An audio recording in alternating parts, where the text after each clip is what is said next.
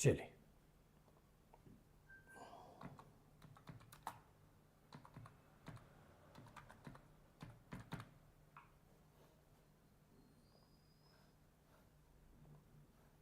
ठीक,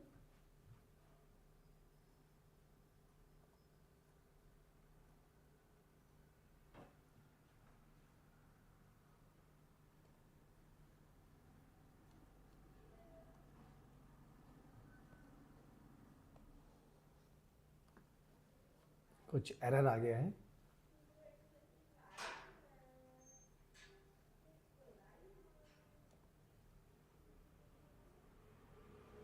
good morning, good morning. ये आवाज़ आ रही है? गुड मॉर्निंग ओम। है ना? चलो वॉइस आ रहा है कि नहीं बताना है ना? ठीक है,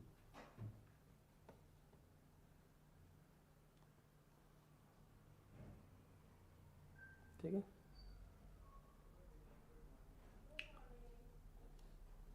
चलिए स्टार्ट करते हैं। वॉइस आ रही है मेरी?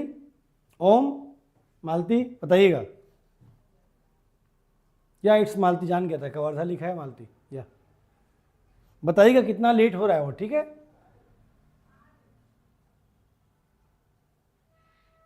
ठीक है मैम।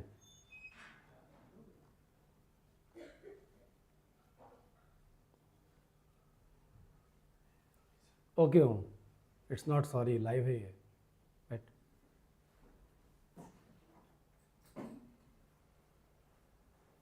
चलिए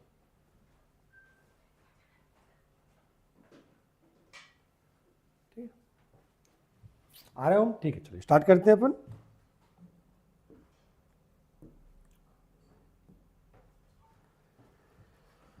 हाँ भाई, हिंदी में है, इंग्लिश में नहीं है, और ना ही इंग्लिश में बनाने का प्रयास किया गया है। ठीक है, चलिए स्टार्ट करते हैं। ठीक है मालती, तो क्वेश्चन यहाँ पर ये है, देखो कॉल आ रहा है।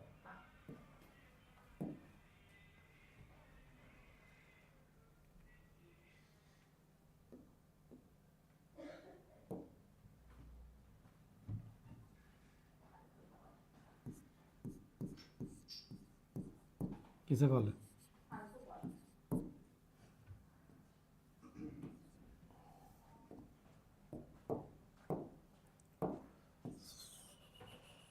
चलिए, तो ये एक्चुअल में था मध्य प्रदेश का कानून, है ना? मध्य प्रदेश पंचायती अधिनियम था, जो आपका 94 से लागू हुआ है। तो जब पृथक राज्य बना तो हमारे यहाँ भी डेट यही रहेगा, ठीक है? तो ये 24 जनवरी 1994 को प्रकाशित हुआ और इम्प्लीमेंट हुआ। तो जब भी हम मारते हैं क्वेश्चन ऑब्जेक्टिव के, है ना, तो वो पूछता है कि छत्तीसगढ़ पंचायती अधिनियम कब से लागू होता है। तो यहाँ पर जरा डेट को याद कर लेंगे, वो है आपका 24 जनवरी 1994, और ये आपका बेयर एक्ट ही है, ठीक है?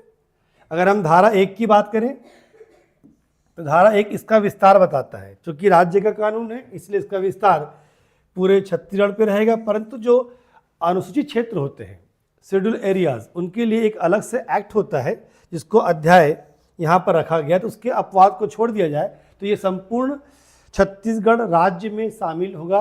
और इसका विस्तार कहाँ पर नहीं है, तो जो अध्याय आप देख रहे हैं इस ए में, यहाँ पर कुछ अपवाद है, ये अनुसूचित क्षेत्रों के उपबंध के लिए है, ठीक है? तो उन क्षेत्रों में ये लागू नहीं होता, कुछ इसमें प्रावधान रहते हैं, शेड्यूल एरियाज में लागू नहीं होता ये। बाकी इसका विस्तार पूरे छत्तीसगढ़ में है, कुछ अपवादों को छोड़कर है ये, ठीक है? तभी हम पढ़ेंगे आगे जाकर, आपका चैप्टर है एक, इस पे अपन देखेंगे कि ये अभी फिलहाल जान लीजिए कि जो अनुसूचित क्षेत्र हैं, है ना, उन क्षेत्रों में कुछ अपवाद हैं ऐसे जिसके लिए अलग से अधिनियम बनाया गया है। तो उसे छोड़कर इसका विस्तार संपूर्ण छत्तीसगढ़ में है। यानी यहाँ से 2 कंटेंट पकड़ना है आपको प्रीलिम्स के लिए। पहला कि छत्तीसगढ़ पंचायती अधिनियम कब लागू हुआ, तो 24 जनवरी को लागू हुआ 1994 को, और इसका विस्तार संपूर्ण छत्तीसगढ़ में है। पर जो एक अध्याय आप देख रहे हैं 14A है, जहाँ पर अनुसूचित क्षेत्रों के बारे में दिया गया है, तो वहाँ पर छोड़कर इसका विस्तार पूरे छत्तीसगढ़ में है। ये क्या होगा इसको भी अपन देखेंगे थोड़ी देर में। ठीक है, तो तुम लोग को आ रही आवाज ना?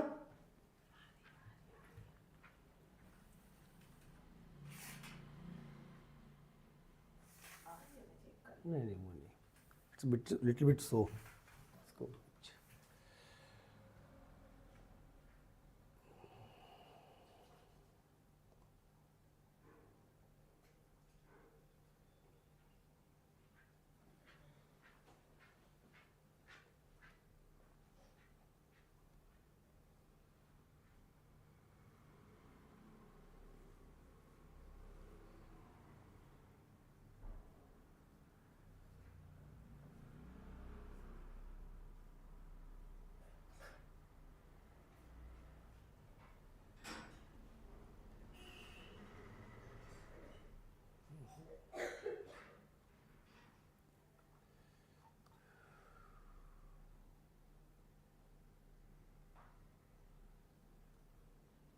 जस्ट सेकेंड ना, कुछ कर रहा है इसमें।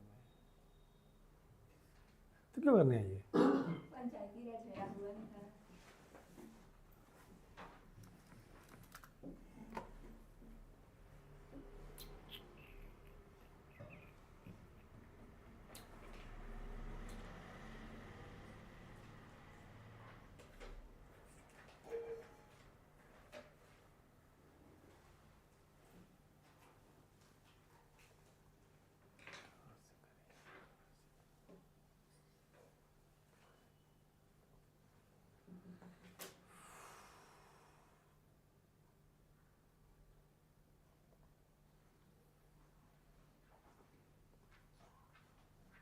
मैं कुछ कर रहा हूँ।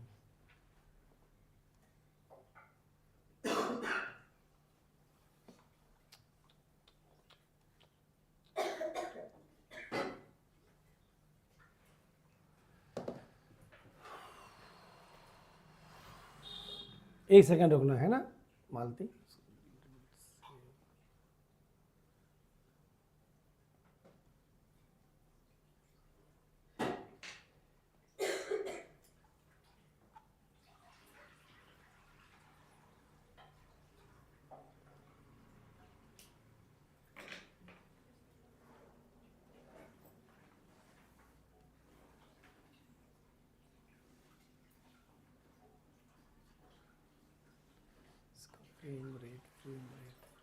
चल बढ़ा देते। चलिए, ये आपका धारा 2 है, ठीक है। ये है ग्राम की अधिसूचना, ठीक है। तो ग्राम किसे कहेंगे? तो यह अधिसूचना जारी करता है कौन? आपका राज्यपाल, ठीक है। तो पूछा था कि ग्राम की अधिसूचना किसके द्वारा जारी की जाती है, तो वो आपका गवर्नर होता है। स्टेट गवर्नमेंट आप आंसर मत ले लेना, ठीक है।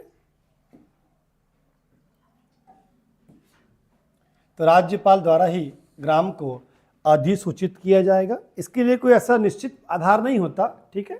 पर ग्राम या ग्राम का समूह ये बनाएगा कौन? तो वो आपका राज्यपाल होता है, ठीक है। तो यही प्रश्न है आपका। अब आते हैं मतदाताओं की सूची। ये आपका धारा 4 है, ठीक है।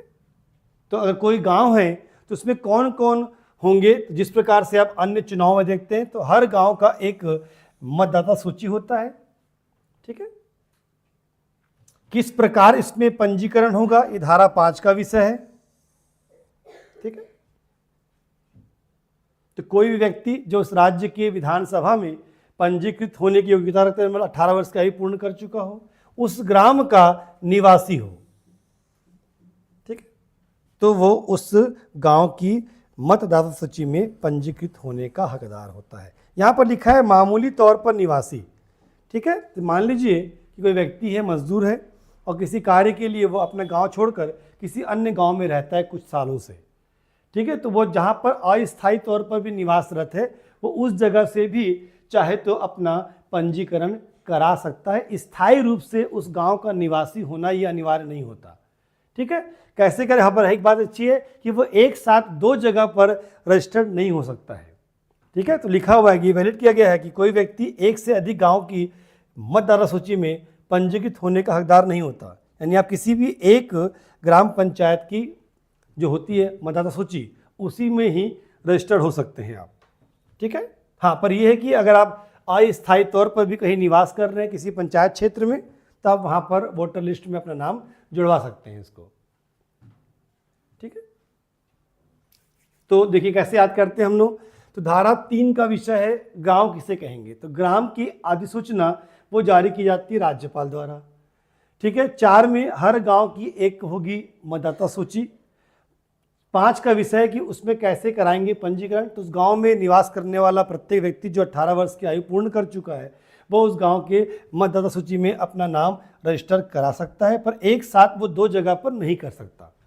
और यहाँ पर जो उस ग्राम का निवासी है, यहाँ पर वो अस्थायी तौर पर भी, यानी मामूली तौर पर भी अगर निवासी है तो भी काम बन सकता है। वह उस अस्थायी रूप से जहाँ पर रहता है वहाँ के भी गांव में अपना पंजीकरण करा सकता है, पर हाँ, एक साथ एक से अधिक गांव में वो पंजीकृत नहीं हो सकता। तो जहाँ का रहेगा लेटेस्ट वो वहाँ का माना जाता है। ठीक है, बाकी आपको ये नहीं पढ़ना है। अब सबसे इंपॉर्टेंट जो पीएससी का कंटेंट है वो है ग्राम सभा और ग्राम सभा की बैठक। तो धारा 6 है ये, इसमें ग्राम सभा के बारे में बताया गया है। ये पंचायती राज व्यवस्था की अगर सबसे प्रमुख विशेषता की बात की जाए तो वो प्रमुख विशेषता है आपकी ग्राम सभा की क्या बैठक, धारा 6 है। अब ये है क्या, तो देखिए पहले बात ये जानिए कि ग्राम सभा क्या है। तो प्रत्येक जो ग्राम पंचायत है, ठीक है, मान लीजिए कोई ग्राम पंचायत है,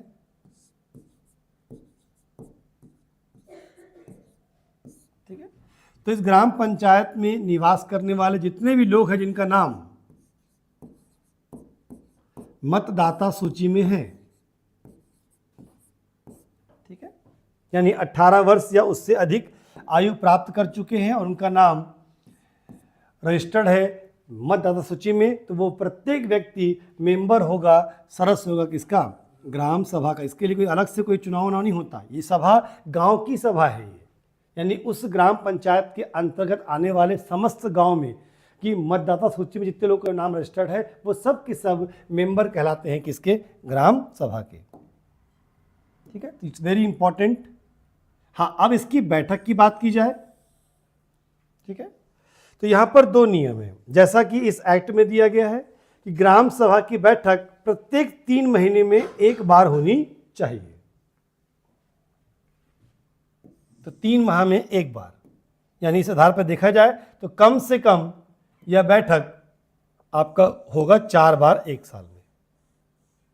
ठीक है, इससे अधिक भी बुलाई जा सकती है पर उसके लिए आपको एक अलग प्रक्रिया से गुजरना पड़ता है। तो ग्राम सभा की अनिवार्यतः बैठक धारा 6 के अंतर्गत तो हर 3 माह में एक बार, इसका मतलब टोटल ये होगा आपका 4 × 12 मतलब 4 बार हो सकता है, 4 टाइम्स होता है। ये कम से कम है, और बुलाना है जस्ट नीचे है। इसके अलावा छत्तीसगढ़ राज्य सरकार ने ग्राम सभा के लिए कुछ अनिवार्य तिथियों का गठन किया है। ये राज्य का अपना नियम है कि इस तारीख को तो प्रत्येक ग्राम सभा की बैठक अनिवार्यता रूप से होनी चाहिए। तो वो डेट भी लिख लेंगे, पर याद रखिएगा वो डेट इस अधिनियम का हिस्सा नहीं है। छत्तीसगढ़ राज्य सरकार ने ग्राम सभा की बैठक के लिए आपका 4 डेट और 2 आपका मंथ डिसाइड कर रखा है। उस तारीख को वो होना चाहिए प्रत्येक ग्राम सभा की बैठक, तो उसको वो आप नोट कर लीजिएगा, वो इस एक्ट का पार्ट नहीं होता। और ये विशेष दिवस है, जैसे कि आपका 23 जनवरी है, 14 अप्रैल है,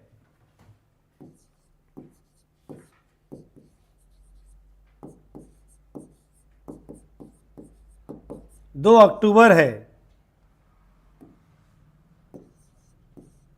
अगर आप इन सब डेट को देखें तो ये सब बड़े महत्वपूर्ण। और 20 अगस्त,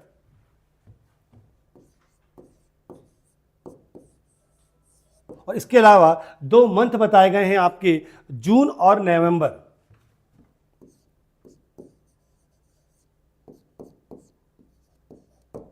ठीक, तो ये 6 रखे गए हैं। ठीक, यानी छत्तीसगढ़ राज्य में, ठीक है, वैसे 3 माह में एक होता है, पर प्रयास किया जाए कि इन तारीख को अनिवार्य रूप से ग्राम सभा की बैठक आयोजित की जाए। 2 आपका मंथ है, ठीक, उसमें किसी भी तारीख को आप कर सकते हैं। चलिए, अब ये दो कंटेंट है, 3 माह में कम से कम एक बार, राज्य में फिलहाल होते हैं 6 बार, 4 आपका फिक्स डेट है और 2 आपका मंथ है। अब आपको और अधिक बैठक बुलानी है, आप चाहते हैं कि मार्च में बैठक हो जाए, ठीक है, कोई दिक्कत नहीं। तो इसके लिए ग्राम सभा के जो टोटल मेंबर है उनमें से 1/3 एक तिहाई से अधिक सदस्य लिखित में अनुरोध करेंगे, या जनपद पंचायत ऐसा चाहती है, या आपका कलेक्टर द्वारा अगर आवश्यक लगता है कि उस गांव की सभा होनी चाहिए, तो इस मांग किए जाने के 30 दिन के भीतर ऐसी बैठक आयोजित की जाएगी। प्रश्न ये है कि ग्राम सभा की अन्य बैठक कैसे, 3-6 को छोड़ दें हम लोग, तो जितने भी ग्राम सभा के मेंबर हैं वो 1/3 लिखित में देंगे। किसे देंगे, तो वो देते हैं विहित प्राधिकारी को। यहां पर आप नोट कर लेंगे ये विहित प्राधिकारी क्या होता है, ये बार बार ये वर्ड आएगा।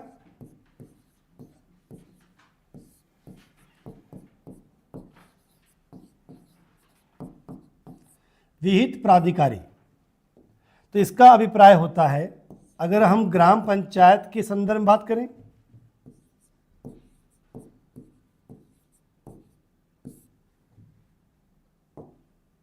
तो यहां पर विहित प्राधिकारी होता है ग्राम सचिव।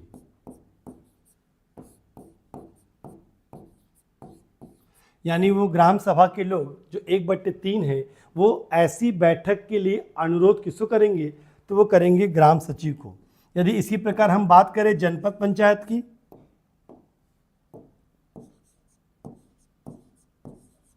और इसी प्रकार हम बात करें जिला पंचायत की,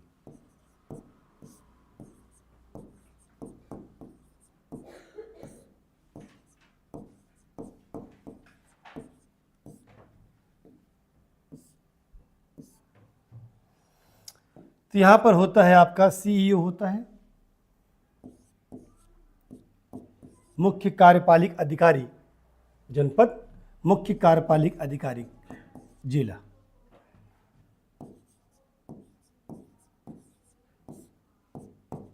तो ये 3 होते हैं आपके विहित प्राधिकारी, ठीक है। तो ये वर्ड बार बार अधिनियम में आएगा कि विहित प्राधिकारी ऐसा करेगा, तो विहित प्राधिकारी का मतलब ग्राम पंचायत के संदर्भ में ग्राम सचिव है, और जनपद और जिला के संदर्भ में आपका सीईओ जनपद और जिला है। मुख्य कार्यपालिक अधिकारी जनपद और जिला, ये कहलाते हैं आपके विहित प्राधिकारी, ठीक है। चलिए वापस आते हैं। तो 1/3 सदस्य अगर लिखित में, अब किसको देंगे, क्योंकि ग्राम सभा का विषय है इसलिए वो ऐसा आवेदन देंगे किसको, ग्राम पंचायत के विहित प्राधिकारी मतलब ग्राम सचिव को, और ऐसे आवेदन के मिलने के 30 दिन के भीतर ऐसी विशेष बैठक बुलाई जा सकती है। या स्वयं जनपद पंचायत या जो कलेक्टर है वो चाहते हैं कि बैठक हो तो वो भी बुला सकते हैं। तो 2 तरीके हैं आपके, या तो ग्राम सभा के 1/3 सदस्य लिखित में दें, किसको देंगे, वो ग्राम सचिव को, या तो फिर जनपद पंचायत या जिला परिषद या कलेक्टर ऐसा उचित समझे तो वो ग्राम सभा की और भी बैठक बुला सकते हैं। तो ये रहा आपका कंटेंट, ठीक है। तो 30 दिन के भीतर है, जिस तारीख को आवेदन प्राप्त हुआ है, मान लीजिए ग्राम सचिव को ग्राम सभा के कुल सदस्यों के 1/3 सदस्य द्वारा, तो 30 दिन के भीतर ऐसी बैठक बुलाई जाएगी। यानी 3 प्रश्न बने यहाँ पर। तो धारा 6 ये स्पष्ट करता है कि प्रत्येक गांव की जो ग्राम सभा होगी उसकी कम से कम 3 माह में एक बैठक होनी चाहिए। इस प्रकार से अनिवार्य 4 बैठक है। छत्तीसगढ़ राज्य सरकार ने कुछ तिथियां फिक्स कर दी हैं और 2 मंथ फिक्स, यानी ये 6 बैठकें तो राज्य में होती हैं। इसके अलावा यदि कोई और बैठक लेना है तो ग्राम सभा के जितने भी आपके सदस्य वो 1/3 लिखित रूप में ऐसा देंगे। अब किसको देंगे, तो यहाँ लिखा नहीं है तो ये स्पष्ट कर लें, वो देंगे अपने विहित प्राधिकारी अर्थात ग्राम सचिव को, या जनपद पंचायत या काउंसिल या कलेक्टर भी आवश्यक होने पर ऐसी बैठक बुला सकते हैं, ठीक। और ये ऐसी बैठक अनुरोध होने के 30 दिन के भीतर आयोजित की जाती है। तो ये है ग्राम सभा की बैठक, धारा 6। इसकी बहुत सारी उपधारा है, उसको मैंने गायब कर दिया है, ठीक है। अब आते हैं कोरम, है ना, या गणपूर्ति। ध्यान देना, ये ग्राम पंचायत की बैठक नहीं है, ये बैठक ग्राम सभा की है। तो यहां पर अगर हम कोरम की बात करें तो कोरम बहुत स्पष्ट है, कि 1/10 यानी कुल सदस्य संख्या का 1/10 उस बैठक में होना चाहिए और उसमें से 1/3 महिला होनी चाहिए। स्पष्ट कर दूं, ये ग्राम सभा है, ग्राम पंचायत नहीं, ठीक है। तो ग्राम सभा की प्रत्येक बैठक के लिए अनिवार्य कोरम है 1/10 और उस 1/10 में 1/3 महिलाएं होनी चाहिए, ठीक है। कौन होगा इसके लिए उत्तरदायी? तो जब हम पढ़ेंगे सरपंच और पंच का कॉन्सेप्ट तो आपको समझ आएगा कि ग्राम सभा की बैठक पूरे ग्राम पंचायत के स्तर पर हो सकती है या गांव के स्तर पर भी। इसको बताता हूँ, रुकिए एक मिनट, ठीक है, क्योंकि अभी आगे ये सेक्शंस है ना, एक्ट में प्रावधान पहले दे दिया है। मान लीजिए ये कोई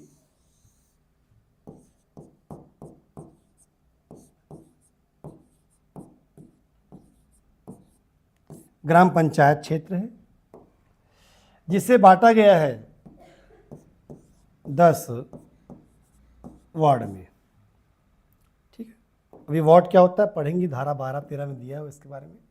तो आप ये मान लीजिए कि ग्राम पंचायत को 10 क्षेत्र में बांटा गया है और उस क्षेत्र को वार्ड कहते हैं, ठीक है। अब इस ग्राम पंचायत से जो चुनकर आते हैं पूरे ग्राम पंचायत के, उनको आप सरपंच कहते हैं, और जो इस वार्ड से चुन के आते हैं उनको पंच कहते हैं। तो एक ग्राम पंचायत के अंतर्गत 10 वार्ड 10 क्षेत्र हैं, तो 10 क्षेत्र से जो आएंगे चुन के वो पंच है, अब पूरे ग्राम पंचायत से जो आएगा वो सरपंच है। अब देखिए लायबिलिटी किसकी है इस प्रकार की ग्राम सभा की बैठक की। तो ये बैठक 2 तरीके से होता है। पहला, पूरे ग्राम पंचायत के स्तर पर बैठक होगी, यानी संपूर्ण वार्ड शामिल होंगे। तो इस प्रकार की जो बैठक होगी, जो पूरे ग्राम पंचायत के स्तर पे हो रही है ग्राम सभा की बैठक, तो उसकी जिम्मेदारी सरपंच को होगी। अब मान लीजिए कोई वार्ड है ए और यहां की ग्राम सभा की बैठक हो रही है,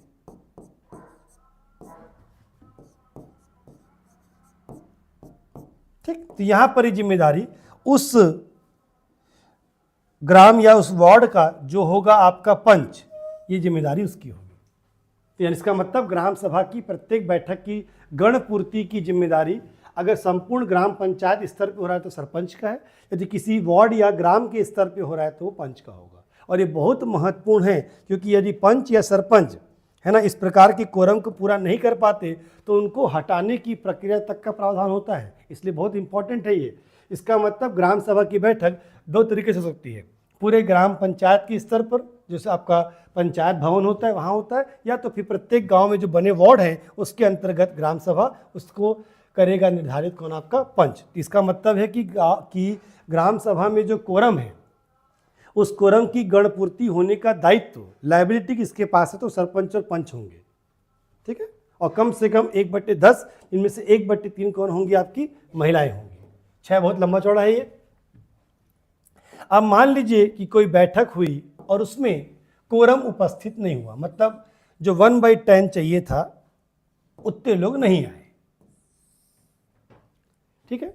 तो जो भी उस बैठक की अध्यक्षता कर रहा है, सामान्यतः सरपंच या पंच होते हैं, तो वो क्या करेंगे, इसे कर देंगे स्थगित, एक फॉर द नेक्स्ट डेट, ठीक है। तो किसी और तिथि के लिए उसे वो लोग क्या कर देते हैं, स्थगित कर देते हैं।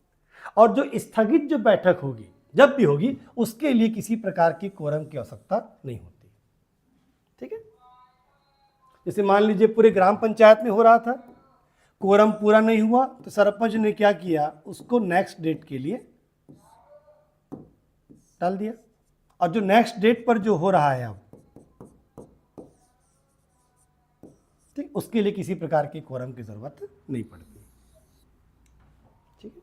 पर एक और खास बात, जो इस प्रकार का जो बैठक हो रहा है जो कोरम के नहीं होने पे हुआ है, तो ऐसी बैठक में कोई भी नया सब्जेक्ट, नया विषय विचार में नहीं लाया जाता, यानी किसी भी नए सब्जेक्ट पर ऐसे बैठक में विचार नहीं किया जाएगा। साथ ही साथ कुछ इंपॉर्टेंट सब्जेक्ट्स जैसे कि वार्षिक कार्य योजना है, लाभार्थियों का चयन है, वार्षिक बजट है, लेखा परीक्षा रिपोर्ट है, वार्षिक लेखा और प्रशासनिक रिपोर्ट जो मैंने बोर्ड रखा है, ये सारे विषय भी इस प्रकार की बैठक में नहीं रखे जाते हैं, ठीक है, इसका मतलब नया विषय भी नहीं। तो ये पूरा पूछेगा पीएससी आपको कि यदि गणपूर्ति पूरी नहीं होती कोरम, तो जो अध्यक्षता कर रहा है वो उसको नेक्स्ट डेट के लिए डाल देगा, और जो नेक्स्ट डेट पर जो अब बैठक हो रही है, इस बैठक में कोई भी नया विषय नहीं, साथ ही साथ जो इंपॉर्टेंट सब्जेक्ट्स होते हैं विषय, इन विषयों पर भी उस बैठक में कोई चर्चा नहीं की जाएगी, कोई प्रस्ताव पारित नहीं किया जाएगा।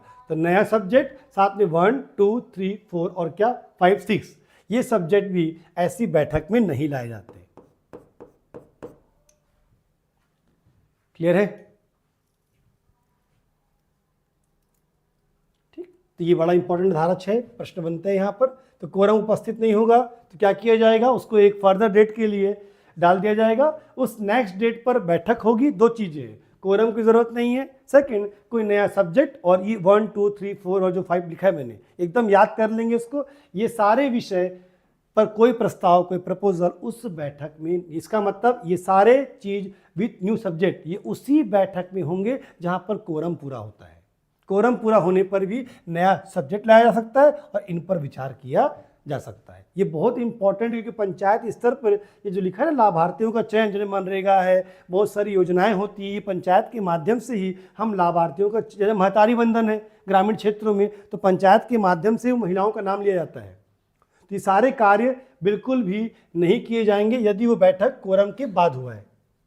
ठीक, अब बाय द वे कोरम पूरा नहीं होता तो इसकी जिम्मेदारी ग्राम पंचायत के स्तर पर स्पष्ट रूप से दी गई है, किसको, सरपंच को। ये उसका दायित्व होता है कि उसे कोरम पुराना चाहिए। बाय द वे अगर कोरम पूरा नहीं होता तो सरपंच को हटाए जाने की प्रक्रिया, यानी उसे उसके पोस्ट से हटाया जा सकता है। कैसे, तो इसमें लिखा हुआ है लगातार 3 बैठक। ठीक है, तो लगातार अगर 3 बैठक में कोरम पूरा नहीं होता और तीनों बार वो पोस्टपोन हो गया है, तो उसे 2 और अवसर मिलेंगे। ठीक है, कि अगली 2 बैठक में अब आप पूरा करें क्या, कोरम। यदि वो अगले 2 बैठक में भी नहीं कर पाता तो फिर सरपंच को हटाने की प्रक्रिया शुरू कर दी जाएगी, और ये धारा 40 है। तो आप लोग को बेयरेट तो पढ़ना नहीं है, तो आप यहीं पर लिख दें कि अगर 3 लगातार बैठक में कोरम नहीं होता, उसे 2 चांस और मिलेगा, और अगर 2 चांस भी वो नहीं कर पाता तो उसे हटाने की प्रक्रिया शुरू कर दी जाएगी। ठीक है, तो हटाने की जो कार्यवाही है, वैसे और भी कारण है, ये आपका, ठीक है, दिया गया है धारा कहाँ 40। इसका मतलब ये माना जाएगा कि जो आपका सरपंच है उसने अपने कर्तव्यों का निर्वहन नहीं किया, तो ये उसकी ड्यूटी एंड लायबिलिटी है कि वो कोरम पूरा करवाए। यदि नहीं करेगा तो उसे हटाने की प्रक्रिया शुरू कर दी जाएगी। डायरेक्ट हटा देते हैं उसको, और हटाने की प्रक्रिया ये आपका धारा 40 में है। अपने हाथ में रखे रहिएगा डायरेक्ट, उसी से ही पढ़ना है। ये तो सामने रखा इसलिए ताकि जिनको ऑनलाइन पढ़ना था उनके लिए है। ठीक है, तो बेयरेट में ही इसको लिखना रहता है, उसी से ही पढ़ना है भविष्य में भी आपको। बस कैसे पढ़ना ये बता देता हूं।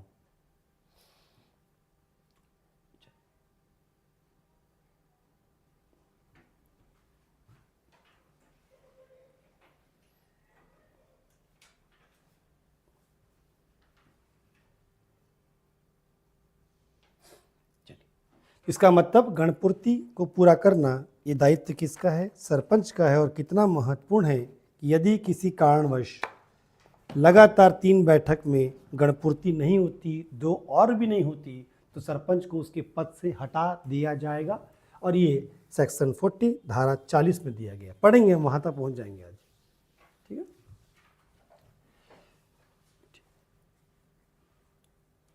चलिए अब मान लेते हैं, कंडीशन है कि ग्राम सभा की बैठक की अध्यक्षता कौन करेगा पूरे ग्राम पंचायत स्तर पे, तो सरपंच करेंगे। सरपंच यदि नहीं है तो उसकी जगह पे करेगा कौन, उप सरपंच। पढ़ेंगे सब है। पर यदि दोनों अनुपस्थित है किसी कारणवश, तो फिर ग्राम सभा की बैठक की अध्यक्षता उसी ग्राम सभा में से बहुमत के द्वारा चुने गए किसी एक व्यक्ति द्वारा किया जाता है। ठीक है, वो निर्वाचित नहीं होता। ठीक, तो ग्राम सभा की अध्यक्षता ग्राम सभा के ही किसी ऐसे जो सदस्य द्वारा की जाएगी जिसे बैठक में उपस्थित होकर बहुमत से इस उद्देश्य के लिए चुना जाता है। मान लीजिए ग्राम सभा की बैठक हो रही है, सरपंच उप सरपंच दोनों नहीं है तो उसी ग्राम सभा में से उन्हीं में से एक को चुन लिया जाएगा। किसके लिए? सरपंच के लिए नहीं, उस बैठक की अध्यक्षता के लिए। तो लायबिलिटी सरपंच और उप सरपंच के पास है, पर नहीं रहेंगे तो बैठक पोस्टपोन नहीं होती। ग्राम सभा में से किसी एक व्यक्ति को ग्राम सभा द्वारा ही उसके लिए चुन लिया जाता है। ठीक है, चलिए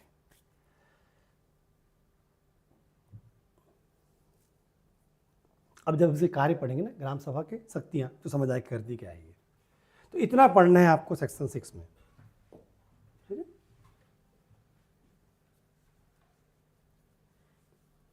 चलिए इट्स वेरी इंपॉर्टेंट कंटेंट। ठीक है, ग्राम पंचायत के क्षेत्र में शामिल ग्राम सभा, मान लीजिए बहुत सारे वार्ड हैं, कोई विवाद हो गया है। ठीक है, तो धारा 7 की उपधारा 2 बताता हूँ क्या है ये। तो यहाँ पर संयुक्त बैठक वाला कॉन्सेप्ट है, बताऊंगा क्या होता है ये। जब कोई महत्वपूर्ण निर्णय ले जाते हैं तो सारी गांव की जितनी भी ग्राम सभा है उनका एक संयुक्त बैठक होता है। धारा 7(2) जस्ट इसके बाद है, ये है धारा 7 और ये है 1। ठीक है, और इट्स वेरी इंपॉर्टेंट, ये ग्राम सभा की शक्तियाँ, कार्य, और ये क्या है आपका वार्षिक बैठक। ये बताऊंगा आपको 2 में क्या है ये। तो ग्राम सभा का गठन कैसे होगा? उस गांव में जितने लोगों का नाम मतदाता सूची में पंजीकृत है वो सब सदस्य हैं किसके? ग्राम सभा के। ग्राम सभा की बैठक 2 प्रकार से है, एक पूरे गांव ग्राम पंचायत के स्तर पर या वार्ड के स्तर पर भी हो सकता है। इसकी लायबिलिटी सरपंच के पास होती है। गणपूर्ति 1/10 है, 1/3 होनी चाहिए कौन? महिलाएं। यदि गणपूर्ति नहीं होती तो वो पोस्टपोन हो जाएगा नेक्स्ट डेट पर। नेक्स्ट डेट पर कोई नया विषय और वो 6 विषय नहीं रखे जाएंगे। लगातार 3 अगर कोरम पूरा नहीं होता 2 चांस और मिलेंगे, और ऐसा नहीं होने पर सरपंच को उसके पद से हटाने की प्रक्रिया प्रारंभ कर दी जाएगी, जो धारा 40 में दिया है। ठीक, यदि कोई विवाद की स्थिति होती है अभी पढ़ेंगे, फिलहाल तो अभी आप ग्राम सभा की शक्तियाँ पढ़ें तो समझ आएगा कि संयुक्त बैठक क्यों बोल रहा है वो। ठीक है, तो इसको मैंने बना दिया है बुलेट पॉइंट्स में, लाइन से है ये, एक भी पॉइंट छोड़ा नहीं। तो शक्तियां और कार्य फिर पढ़ेंगे, एक अलग से टॉपिक है वार्षिक बैठक, जो 7 ये 1 है वो आपका 2 है। ये ABCD था, हटा दिया मैंने इसको। ठीक है, तो आप ये याद कर लीजिए कि उस गांव से संबंधित जितने भी कार्य होंगे वो सारी शक्तियां ग्राम सभा के पास है। सिर्फ इसको पढ़ना है, याद नहीं करना, ना कभी कर पाओगे इसको। ठीक है, तो ग्राम के आर्थिक विकास के लिए योजनाओं की पहचान, उनकी प्राथमिकताओं के सिद्धांतों का निर्धारित करना। मान लीजिए गांव में रोजगार की कमी है तो ग्राम सभा सलाह देगी पंचायत को कि गांव में रोजगार सृजन के लिए तालाब खोदे जाएं ताकि मछली पालन से इत्यादि कार्य, यानी आर्थिक विकास के लिए, है ना, योजनाओं की पहचान करना, उसकी प्राथमिकताओं को बताना, ये कार्य होता है किसका? ग्राम सभा का। इसी प्रकार ग्राम पंचायत द्वारा सामाजिक आर्थिक विकास के लिए वार्षिक योजनाओं, कार्यक्रमों, परियोजनाओं सहित सभी योजनाओं को लागू करने से पहले उन्हें मंजूरी देना, इट्स वेरी इंपॉर्टेंट। ठीक, ग्राम पंचायत मान लीजिए कोई कार्यक्रम लागू करना चाहती है, वार्षिक योजना, तो उसको पहले ग्राम सभा से मंजूरी लेना अत्यंत आवश्यक होता है। ग्राम सभा के बिना अप्रूवल के कोई भी योजना, विकासी कार्य ग्राम पंचायत में नहीं किए जा सकते। ठीक है, तो इसके पास फाइनल अथॉरिटी होती है। इसी प्रकार जो गांव पंचायत की क्या होती है आपकी वार्षिक बजट, उस पर विचार करना और अपनी रिकमेंडेशन अर्थात क्या देना, अपनी सिफारिशें देना। ग्राम पंचायत का जो ऑडिट होता है, लेखा परीक्षण, लेखा जोखा की रिपोर्ट पर विचार करना। आपको बता दें पंचायत स्तर पर सोशल ऑडिट का प्रावधान होता है, यानी इसका मतलब ग्राम सभा कभी भी पंचायत से उसको मिलने वाला पैसा कितना खर्च हुआ इसका ऑडिट की मांग कर सकती है। ठीक, कितना पैसा आया उसका पता लगाना, कौन कौन से लाभार्थी हैं इसके बारे में पहचान करना। ठीक, धन परिसंपत्तियों का उचित उपयोग, सिर्फ पढ़ना है इसको। सामुदायिक कल्याण कार्यक्रम के लिए लोगों को संगठित करना, स्वयं सहायता समूह का निर्माण करवाना, गांव में विकास योजनाओं के कार्यान्वयन, इम्प्लीमेंटेशन, रखरखाव, भागीदारी सुनिश्चित करना, लोगों में सामान्य जागरूकता को बढ़ावा देना, संविधान और उस समय लागू होने वाले प्रासंगिक कानूनों को प्रावधानों के अनुसार लोगों को जागरूक करना। ठीक, ये सारे कार्य जो गांव के स्तर पे होते हैं।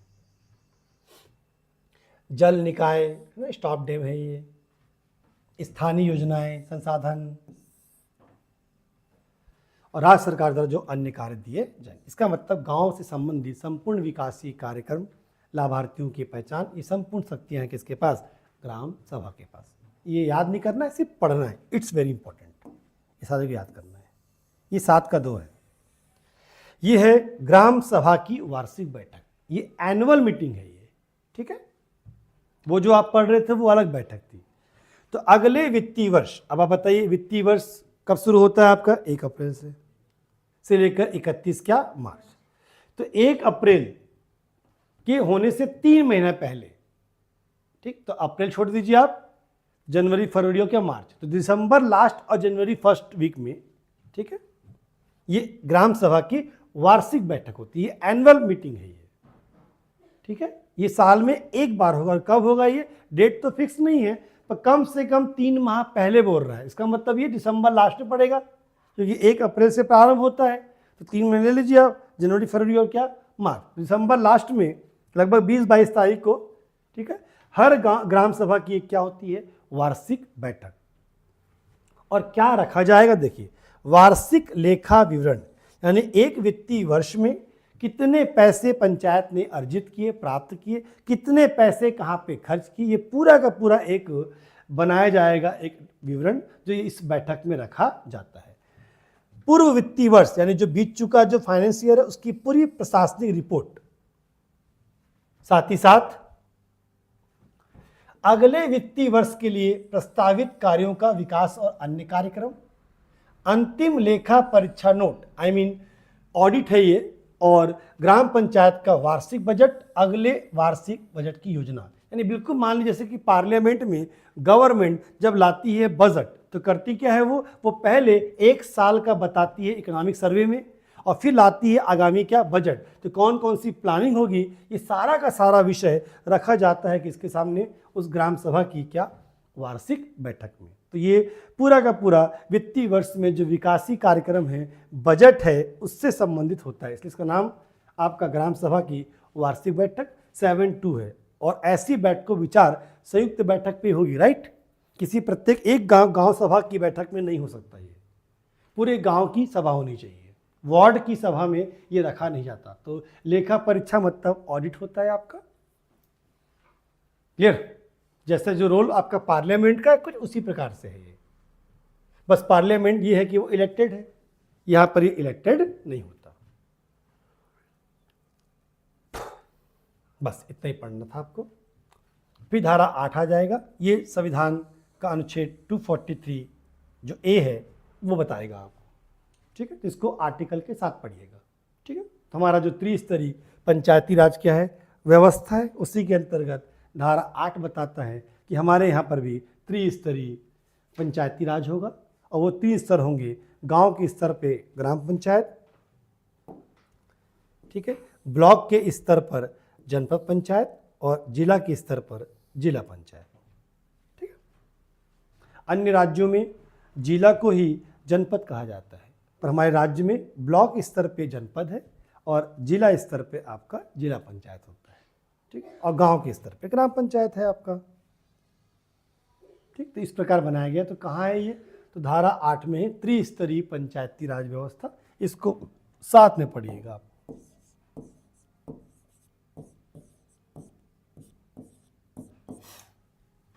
ठीक, 243A से लेकर कहाँ तक पढ़ना है उसको? ओ तक। ये अलग चीज़ है ना, ये आर्टिकल है, ठीक है, और ये उसी के तहत बनाया गया एक लोकल एक्ट है, इसका ये धारा क्या है आपका? 8 है, ठीक। तो धारा 8 बात कर रहा है, ठीक है, कि छत्तीसगढ़ पंचायती राज अधिनियम में त्रिस्तरीय क्या होंगे? पंचायती राज व्यवस्था होंगे, ठीक। ब्लॉक, अब वैसे आप बोलोगे सर 146 से नहीं, ब्लॉक मतलब ये कि गांव और जिले के बीच का स्तर है, ठीक है, जिसको यहाँ पर ब्लॉक नाम दिया गया है, ठीक है। और एक चीज़ और है ना, कि जब इसे आप पढ़ते हैं तो वर्तमान में क्या स्थिति है ये भी आप पढ़ेंगे।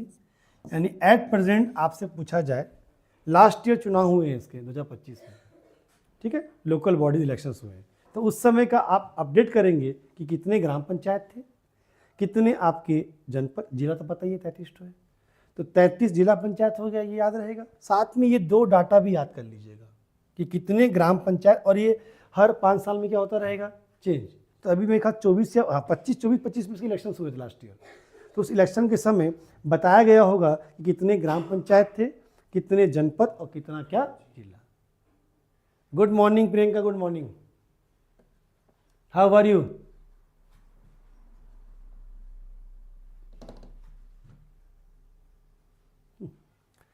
ठीक है, तो ये याद कर लेंगे एट प्रेजेंट, और ये हर 5 साल में क्या होगा आपका, चेंज। तो जब भी आप पीएससी प्री देने जाएंगे, है ना, जाने वाले हैं आई थिंक, तो एक बार देखते रहेंगे इसको, ठीक है। और साथ में आपको अध्ययन करना है क्या, ये आपका आर्टिकल है, ठीक है, तो उसके अंतर्गत ही ये बनाए गए प्रावधान है। चलिए, पंचायत की अवधि, ड्यूरेशन ऑफ पंचायत, ठीक। तो जब पंचायत गठित हो जाती है, तो एक वर्ड है यहाँ पर पहली बैठक, बताऊंगा कब होता है ये, ठीक है। अगर आपने को पढ़ना है कि पहली बैठक कब है, तो ये सेक्शन 44 है, ठीक। अब क्या है ना, ये अधिनियम बनाने वाले क्या होते हैं, ठीक है, शुरू में लिख देते हैं, ठीक है, और बताएंगे कब वो बहुत बाद में। तो प्रत्येक पंचायत अपने गठन के बाद एज सुन एज लिखा हुआ है, जल्द से जल्द उसकी पहली क्या होती है, बैठक होती है, और उस पहली बैठक से ही हम लोग काउंट करते हैं कितना, 5 साल, ठीक है। जैसे मान लीजिए कि 8 फरवरी को चुनाव हुए, चुनाव क्या है, परिणाम है, ठीक है। अब क्या किया जाएगा, जो विहित प्राधिकारी है, फिर रिपीट, कौन होगा ये, ग्राम सचिव या उधर आपके सीईओ होंगे, वो क्या करेंगे, जैसे निर्वाचन हो गया, चुन कर आ गए मेंबर्स, उनको मिलता है एक सर्टिफिकेट, फिर बकायदा उनका नाम क्या होता है, पब्लिश होता है, चिपकाया जाता है पंचायत में, ये लोग चुन कर आए हैं। फिर उसको चिपकाने यानी प्रकाशन के बाद फिर उनकी होती है क्या, पहली बैठक। उस पहली बैठक से काउंट होता है कितना वर्ष आपका, 8 वर्ष, ठीक। तो पंचायत के सम्मेलन एक अलग से सेक्शन है, कौन सा आपका, 44, तो वहां मिल जाएगा आपको ये, ठीक है। तो प्रत्येक पंचायत का कार्यकाल कितना होगा, 5 साल। 5 साल काउंट होगा पंचायत के गठन के बाद पहली बैठक से, और वो पहली बैठक एज सुन एज है, मतलब 10 दिन के भीतर कर लेंगे अपन, ठीक है।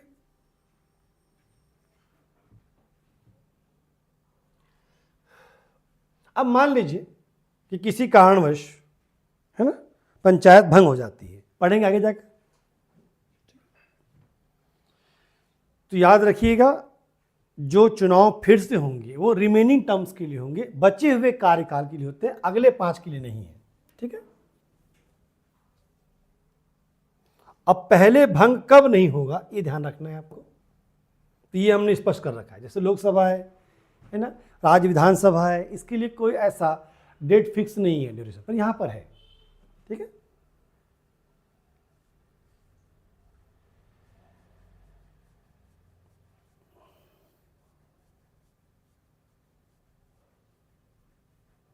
चलिए, तो अगर 5 साल से पहले वो भंग हो जाता है मान लीजिए, ठीक, तो पहली बात कि जो अगला चुनाव होगा वो रिमेनिंग होगा, मतलब क्या, हाँ, मान लो कि 2 साल हुआ और किसी कारणवश पंचायत भंग हो गई, कोई दिक्कत नहीं, चुनाव कराए जाएंगे, पर वो रिमेनिंग के लिए रहेगा, मतलब अगले कितने वर्ष के लिए, वो 3 वर्ष के लिए, पूरे 5 के लिए नहीं होता, राइट। और अगर बाई द वे की पंचायत भंग हुई है और 6 महीने का ही समय बचा हुआ है, तो फिर हम लोग अगला चुनाव नहीं कराते, फिर हम उसको रिमेनिंग के लिए रोक देते हैं, ठीक है,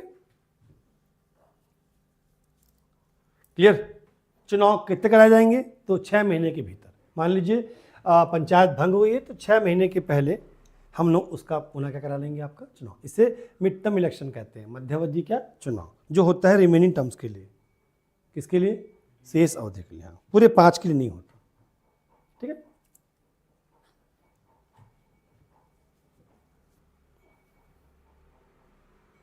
और हाँ, 6 महीने के भीतर चुनाव हो जाने चाहिए, उससे अधिक नहीं। आ गए, very very very very important content. अब जो ग्राम पंचायत है, ठीक है, उसको हम लोग अलग अलग क्षेत्र में बांटेंगे, और यहां पर उस क्षेत्र को कहते हैं क्या, वार्ड। ठीक, इतनी थ्योरी की बैटर ये है कि सीधा लिखिए ग्राम पंचायत, इसको पढ़ भी सकते हैं अपन, कोई दिक्कत नहीं है, को बांटा जाएगा कम से कम कितने वार्ड में, 10। और इसका निर्धारण कैसे होगा, अरे कौन बांटेगा भाई, वेरी इंपॉर्टेंट, कौन, कलेक्टर। तो कलेक्टर हर एक ग्राम पंचायत को कम से कम 10 वार्डों में विभाजित करेगा और प्रत्येक वार्ड एकल सदस्य ने एक लोग चुन के आएंगे, राइट। और ये होता है 1000 के आसपास, ठीक है। पर यदि मान लो कि उस ग्राम पंचायत की जनसंख्या 1000 से क्या है, अधिक है, तो फिर हम लोग रेशियो के हिसाब से वो नंबर्स बढ़ाएंगे जो किसी भी हालत में अधिक नहीं हो सकता, किससे, 20। तो इसका मतलब ग्राम पंचायत में वार्ड कम से कम कितने होंगे आपके, 10, और अधिकतम कितने होंगे आपके, 20। याद होना, सबका जो जनसंख्या है वो एक रेशियो में होना चाहिए, अलग अलग नंबर्स नहीं होते। जैसे मान लो 1000 की ग्राम पंचायत है तो 100 100 100 100 100 कर देंगे, ठीक। 900 है तो 90 90 90, पर कम से कम कितने होने चाहिए, वो 10। अब 1500 हो गया तो 100 100 बांट देंगे तो कितने बन जाएंगे आपके, 15। क्लियर। तो कुछ भी हो जाए वो नहीं पढ़ेगा किसके आगे, 20 के आगे, ठीक है। देखो ये लिखा हुआ है अनुपात, ठीक है, एक जैसा होना चाहिए, क्योंकि क्या होता है मतलब हर गांव की जनसंख्या क्या होती रहती है, बढ़ती रहती है, ठीक है। इसलिए हर अगले चुनाव से पहले एक बार गणना की जाती है, ठीक। तो मान लो कि वोटर्स बढ़ गए तो कोई दिक्कत नहीं, वार्ड की संख्या क्या कर देंगे अपन, बढ़ा देंगे, पर कितना भी बढ़ाएं किससे नहीं हो सकता वो, 20। तो ये पूछा गया प्रश्न है कि ग्राम पंचायत को न्यूनतम कितने वार्ड में बांटा जाएगा, 10, अधिकतम कितना, 20। और 20 कब होगा अधिकतम, जब उसकी जनसंख्या 1000 से अधिक होती है, ठीक। और प्रयास किया जाना चाहिए कि वो संख्या हर एक वार्ड में कैसे हो, समान, ठीक, इक्वल रेशियो होना चाहिए।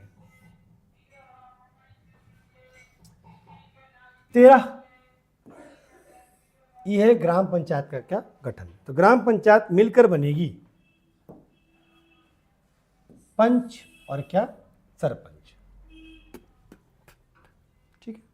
और इसके चुनाव कैसे होते हैं, तो ये बहुत स्पष्ट है, एक साथ भी पढ़ सकते हैं आप इसको।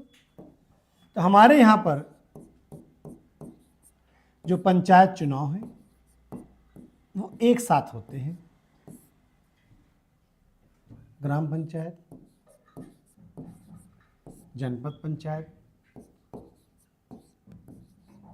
और क्या, जिला पंचायत। तो देखिए किस प्रकार होता है, बैलेट से होता है पेपर। तो यहां पर ग्राम पंचायत के लिए जो भी मतदाता है, ठीक,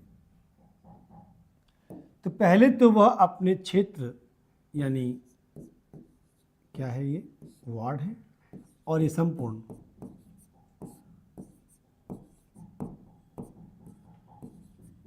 क्या है आपका, पंचायत। तो पहले तो वह चुनेगा अपने वार्ड के लिए, और उस निर्वाचित सदस्य को कहते हैं क्या, पंच। और एक वो चुनेगा संपूर्ण ग्राम पंचायत के लिए, जिसे कहते हैं क्या, सरपंच। इसका मतलब सरपंच का चुनाव प्रत्यक्ष होता है, ठीक। दोनों जनपद और जिला में जो प्रावधान है वो थोड़े अलग होते हैं।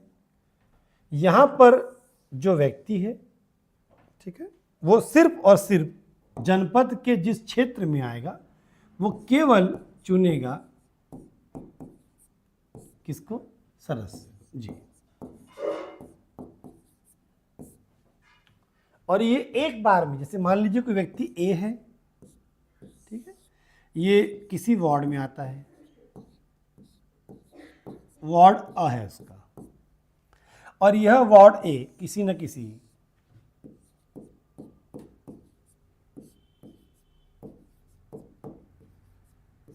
किसमें आता है, ग्राम पंचायत में। वह ग्राम पंचायत किसी न किसी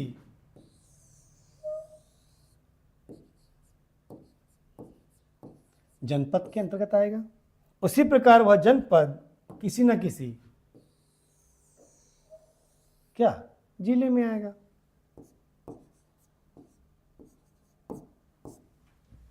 ठीक है, तो देखो चुनाव कैसे करता है वो।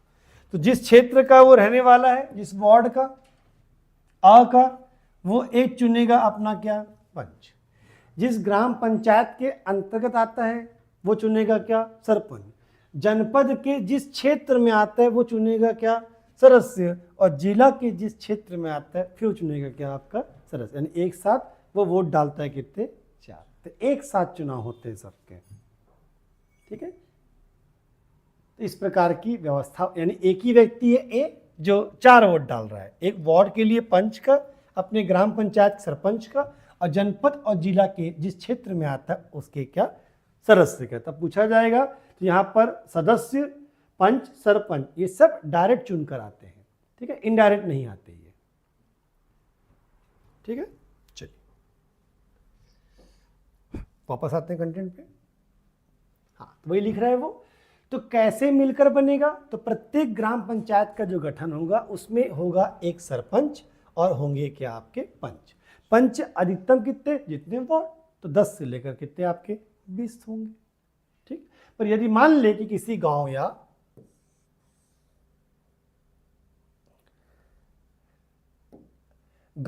या वार्ड में सरपंच या पंच का चुनाव नहीं हो पाता, ठीक है, किसी कारणवश, तो 6 महीने के भीतर नए चुनाव की प्रक्रिया शुरू हो जाएगी। ठीक, मतलब अधिक से अधिक टाइम कितना है यहाँ पर 6। मान लीजिए किसी जगह पे कोई उपद्रव मच गया, दंगे हो गए मान लीजिए, और उस क्षेत्र में चुनाव नहीं हो पाए, कोई बात नहीं है, तो फिर हम लोग नेक्स्ट 6 मंथ के भीतर उस चुनाव प्रक्रिया को पूरा, क्योंकि गाँव का क्षेत्र है ना, कुछ इस प्रकार की घटनाएं घट जाती हैं, तो फिर कोई दिक्कत नहीं, 6 महीने के भीतर हम नए चुनाव कर, उससे अधिक डिले नहीं होगा। ठीक है,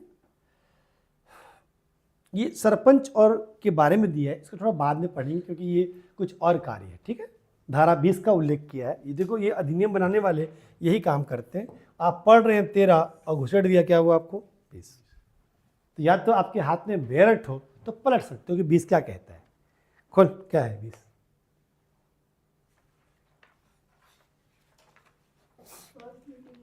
यस यस, ठीक, तो ये ग्राम पंचायत का है। तो ग्राम पंचायत की क्या होगी, बैठक होती है। ठीक है, फर्स्ट मीटिंग कहते हैं इसको, सम्मेलन कहते हैं, और यहीं से वो काउंट होगा कितना आपका 5, और ये 44 के अधीन किया जाता है। ठीक है, 44 में। अब प्रश्न ये है कि 5 वर्ष का कार्यकाल है। ठीक है, तो मान लो कि सरपंच का चुनाव नहीं हो पाया, या उसका चुनाव हो गया क्या डिस्क्वालीफाई, रिजेक्ट हो गया, और चुन लिया गया पंचायत, तो पहली बैठक कराएंगे इसका एज सुन एज, और उसी बैठक में लिखा है, देखिए पहली बैठक में अपने बीच से क्या करेंगे वो, ये जो सरपंच है ये तब तक के लिए होगा जब तक कि नए सरपंच का चुनाव ना हो जाए। ठीक, क्लियर? तो ये जो सरपंच है वो पंच ही है। ठीक है, तो क्या करेंगे अपन, यदि मान लीजिए कि सरपंच का चुनाव नहीं हो पाया, किसी कारण डिले हो गया है, कोई दिक्कत नहीं, जैसे ही पंचायत की पहली बैठक होगी तो पहली बैठक में जो जीत कराए हैं कौन, इन्हीं में से एक को अपन क्या बना देंगे सरपंच, और वो तब तक कार्य करेगा जब तक कि नए सरपंच का चुनाव, यानी कुल मिलाकर सरपंच का पद खाली नहीं हो सकता, ऐसा बोल रहा है। तो ये विद कंडीशन है। ठीक है, कि यदि किसी कारणवश किसी सरपंच या पंच का चुनाव, बताओ जो गांव का क्षेत्र है तो कभी कभी कुछ इस प्रकार की परिस्थितियां बन जाती हैं कि हम लोग चुनाव नहीं करा पाते, तो कोई दिक्कत, उसके कारण पूरा चुनाव पोस्टपोन नहीं होता, उस क्षेत्र को रख देते हैं अपन वैसे ही। तो अगर सरपंच का चुनाव नहीं हो पाया तो कोई दिक्कत नहीं, अगर पंच चुने गए तो पंच में से ही किसी एक को अपन बना देंगे क्या सरपंच, और वो बिल्कुल वैसे ही कार्य करेगा जैसे एक सरपंच कार्य करता है। क्लियर? कब तक, जब तक कि नया सरपंच क्या चुन न ले जाए, 6 महीने भी होना है। क्लियर? तो इसका मतलब ग्राम पंचायत की कार्यवाही कभी डिले नहीं होगी। अगर सरपंच का चुनाव नहीं हो पाया कोई दिक्कत नहीं, पंच के बीच से ही एक बना लेंगे क्या, सरपंच, और वो पूरा वही कार्य करेगा सरपंच करता है। कब तक, टिल जब तक कि नए सरपंच का क्या ना हो जाए चुनाव। बच्चों लंबित में बहुत सारे कारण, जैसे कि डिसक्वालिफिकेशन मैटर आ जाता है। सरपंच चुनाव हुआ परंतु उसके लिए केस लग गया कि वो क्या है, उसके पास कुछ योग्यताएं नहीं है, तो अगर वो पद धारण नहीं कर पाता कोई इशू नहीं, पंच से ही बना देंगे क्या सरपंच। धारा 20 मीटिंग है ये, ठीक है, ग्राम पंचायत, वो तो हटा देंगे, तो कहानी खत्म। ये तो चुनाव नहीं हो पा रहा है, डिलेड इलेक्शन है, पद से हटा दिया तो कहानी खत्म। उसके लिए एक अलग से प्रोसीजर है, ये हटाया नहीं बच्चे, जैसे कि चुनाव नहीं हो पाया है, ठीक है, तो उसके लिए डिले हो रहा है, उसके लिए है ये। सरपंच को पद से हटा दिया है तो उप सरपंच होता ही पड़ेंगे, वो संभाल लेगा ढंग से। अभी तो उप सरपंच भी नहीं बना है कोई, सिर्फ कौन चुन के आए हैं आपके, डिस्क्वालीफाई कर देना, ठीक, उसे पद से क्या करना, हटा देना, तो उसके उप सरपंच आपके पास, ठीक है, वो संभाल लेगा तुरंत। चलिए, ठीक है, इतना नहीं पड़ा, इट्स वेरी इंपॉर्टेंट। आरक्षण, रिजर्वेशन, लिखा भर भर के, एकदम सिंपल सा है ये, कि प्रत्येक पंचायत में, है ना, इसको अगर अपन अपनी भाषा में कहूँ 4 है वो, ठीक है, प्रत्येक पंचायत में जो आरक्षण है, तो अगर हम जाएं इसको वर्टिकल, समझने बात को, ऐसा, तो वर्टिकल रूप से एससी और क्या एसटी, इन दोनों को दिया जाएगा क्या रिजर्वेशन, पर कितना दिया जाएगा ये नहीं लिखा है। ये डिपेंड करेगा कि उस ग्राम पंचायत में उनकी क्या जनसंख्या। मान लीजिए एससी एसटी है ही नहीं तो कोई दिक्कत नहीं, वो सीट क्या हो जाएगी आपकी, सामान्य हो जाएगी। पर अगर उनकी पॉपुलेशन 50% तक है तो फिर एससी एसटी को उनकी क्या पॉपुलेशन के आधार पर ग्राम पंचायत में क्या मिलेगा, रिजर्वेशन। फिक्स नहीं है सीट, राइट, और वो भी एक रोटेशन होता है इसमें, ठीक है। ओबीसी के लिए कुछ कंडीशन है, ऐसे नहीं दिया गया है, ठीक है। क्या कंडीशन है, तो वो कहता है कि यदि कोई ग्राम पंचायत है, मान लीजिए अभी फिलहाल आप ग्राम पंचायत ही पढ़ रहे हैं ना, चलिए कोई ग्राम पंचायत है, यार ये वाइट होने से बड़ा खतरा है,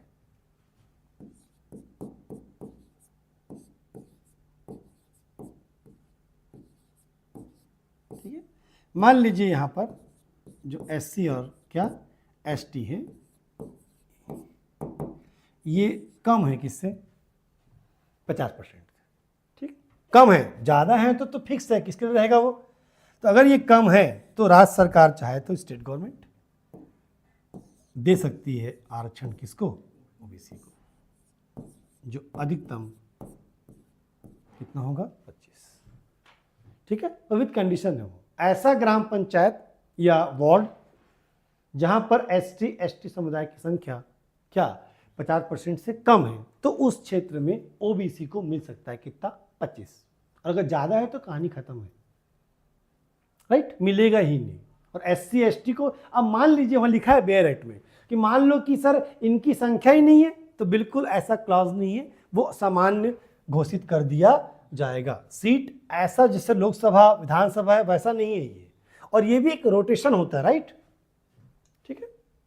तो ओबीसी को कब मिलेगा, जब उस ग्राम पंचायत या किसी वार्ड में इनकी संख्या क्या है, 50 से कम है, तो दिया जाएगा ओबीसी कितना परसेंट, 25, हाँ, बाकी रिमेनिंग अनरिजर्व है, सही। तो वर्टिकल में 3 है, एससी एसटी और क्या ओबीसी को मिलेगा। फिर उसी का सब क्लॉज कहता है हॉरिजॉन्टल में कि सारे वर्ग में, ठीक है,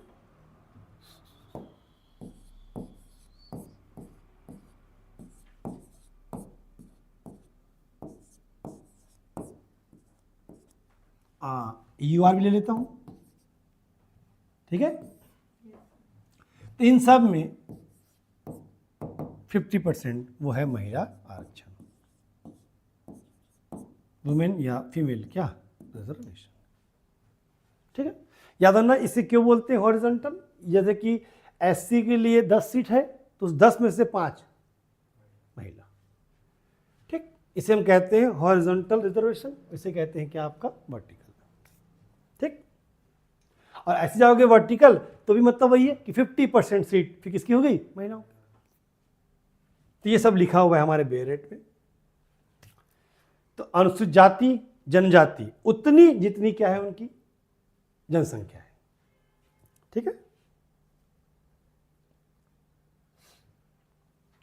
ये देखो, अगर उनकी संख्या किसी भी क्षेत्र में किससे कम है 50% से, तो स्पष्ट लिखा हुआ है ठीक कि 25% फिर सीट मिल जाएगी अन्य क्या पिछड़ा वर्ग ओबीसी को। तो कब, जब उनकी संख्या दोनों की क्या है 50% से कम, अदरवाइज नहीं मिलेगा।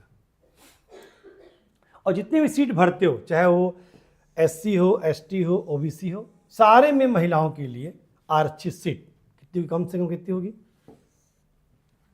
आधी सीट। आधी मतलब कितना, 50%, राइट, इतना सारा रहेगा।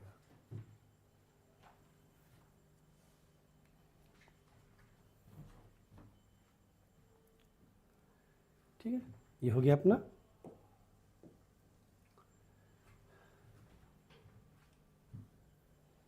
ठीक है, अब एक मस्त वाला कंटेंट, ये सरपंच के लिए भी है, पंच के लिए भी था। ठीक है, महिलाएं वाला।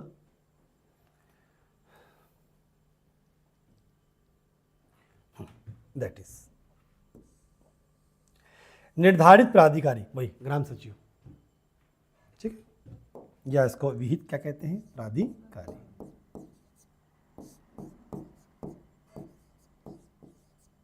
ठीक है, प्रत्येक चुनाव के बाद यथाशीघ्र ऐसे निर्वाचित पंचों और सरपंचों की बैठक बुलाएगा, धारा 20 में दिया भी है। और इसी बैठक में फिर चुनाव कराए जाएंगे, किसके, किसके, उप सरपंच का चुनाव डायरेक्ट नहीं होता, ये पंच में से ही कोई एक बनेगा। ठीक है, तो चुनाव हो गया है। ठीक, और ग्राम पंचायत उक्त बैठक में अपने निर्वाचित सदस्यों में से एक क्या चुनेगी, उप सरपंच। तो उप सरपंच वास्तव में होता कौन है, चुन के आता है किस रूप में हो, पंच के रूप में। कौन करवाएगा ये निर्वाचन, विहित प्राधिकारी, मतलब कौन है यहाँ पर, ग्राम सचिव। और अभी आप ग्राम पंचायत पढ़ रहे हैं, राइट। अब उप सरपंच का पद कैसे रखा जाएगा, रिजर्वेशन। भाई यहां दे दिया आपने पंच और सरपंच, एससी एसटी या फिर क्या ओबीसी, 50% किसके लिए, महिलाओं के लिए। अब हम बात करते हैं, तुम इंग्लिश मीडियम वाले हो ना, हट। ठीक है मालती, ठीक है, तो निर्वाचित पंच और उप सरपंच सरपंच की जो प्रथम बैठक आयोजित की जाएगी विहित प्राधिकारी द्वारा, उस प्रथम बैठक में ही पंचों के मध्य से ही एक उप सरपंच का निर्वाचन किया जाता है। ठीक है,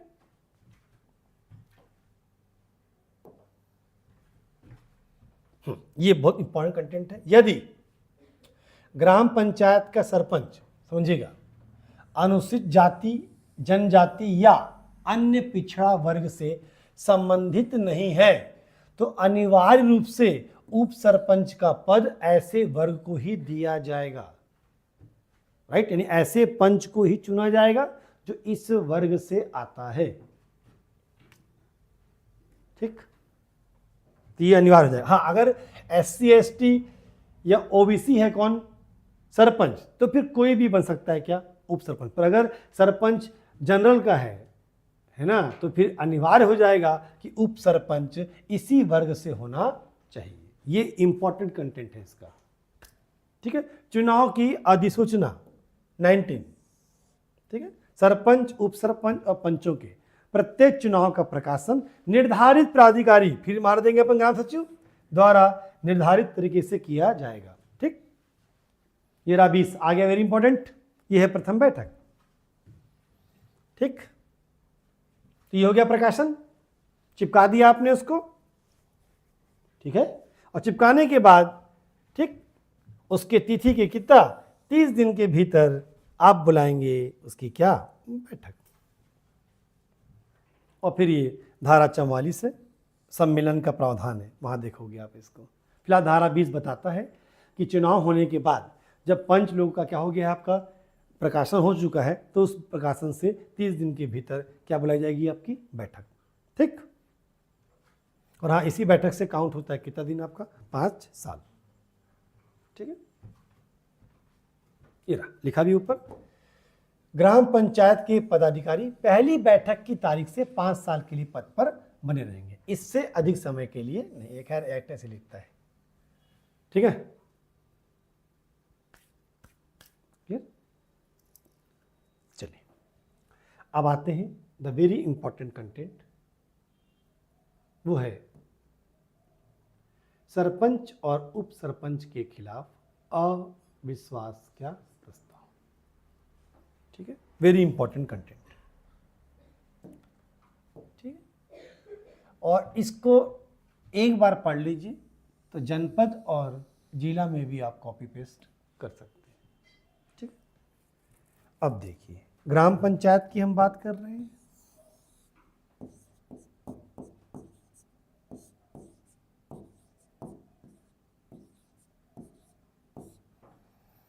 ठीक है, इसको आपने बांट दिया है, मान लीजिए 20 वार्ड में। ठीक है,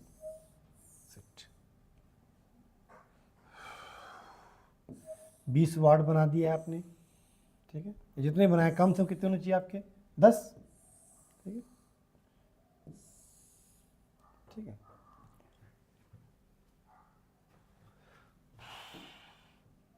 तो ग्राम पंचायत की स्तर पे चुनकर आया है एक कौन, सरपंच,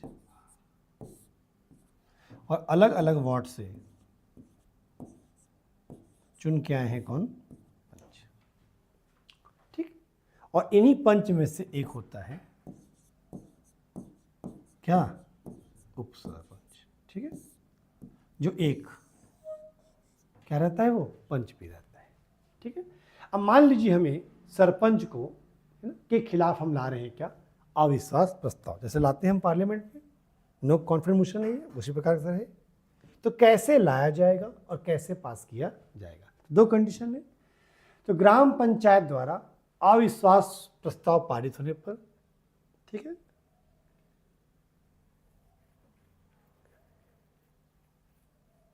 एक सेकेंड ना,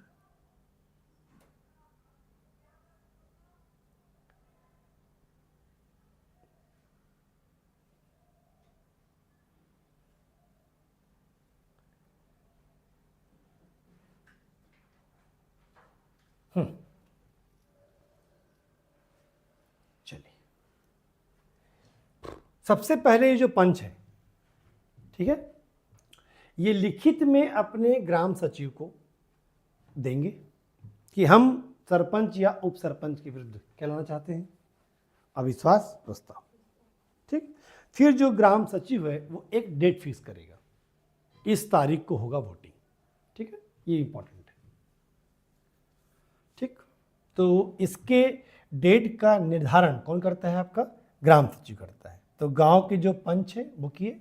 अब देखिए एक बैठक होगी निर्धारित, वहां पर होगा वोट। मान लीजिए उस ग्राम पंचायत में कितने पंच हैं आपके, 20, इससे अधिक हो भी नहीं सकते, ये भी हमने पढ़ा है। तो 20 पंच हैं टोटल, है ना। अब वोटिंग हो रही है सरपंच के विरुद्ध। तो देखिए एक फॉर्मूला है, 3/4 और 2/3। पहले ये बताओ दोनों कौन ज़्यादा है, ये 75% है, वो लगभग 66.6%। तो ज़्यादा कौन है, ये ध्यान रखना है फ्रैक्शन में। ठीक है, तो देखिए क्या होगा। अब जितने भी पंच आए हैं या उपस्थित हैं या जो वोट में भाग ले रहे हैं, ठीक है, तो उनके 3/4 क्या, ये पंच संख्या नंबर से ना, जितने आए हैं यानी जो कर रहे हैं क्या, मतदान, वोट कर रहे हैं। क्या ना भी आए। ठीक है,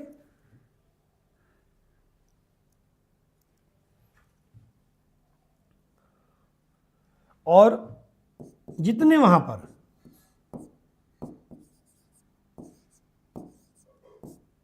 क्या है आपके टोटल 5, ये टोटल नहीं है, ये जितने लोग वोटिंग कर रहे हैं अवेलेबल है उसका 3/4 है, और ये 2/3 किसका है, टोटल के क्या 2/3। तो ये प्रस्ताव तब पारित माना जाएगा जब स्थिति ऐसी रहेगी, राइट। यानी ये नंबर्स उससे क्या होने चाहिए, ज्यादा। ठीक है, कैसे आप ले लेते, चलो पूरे 20 आए हैं, ठीक है, तो 3/4 किसका, 20 का, तो कितना आ रहा है 15। 2/3 टोटल भी कितने हैं, कितना आएगा,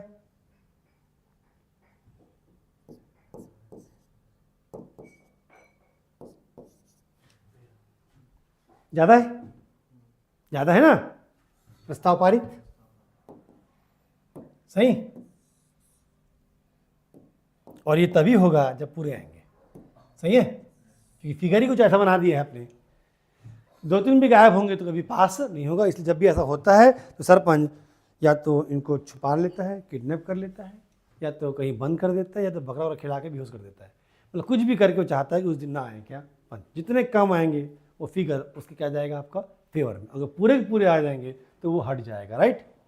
तो बड़ा हटाने की प्रक्रिया है, पर इतना क्लोज है कि सभी पंच आएंगे तभी वो मैथमेटिकल फिगर पूरा, क्योंकि बच्चों 20 से अधिक वो हो नहीं सकते, क्योंकि आपने ये भी पढ़ा है कि मैक्स टू मैक्स कितने होंगे आपके 20।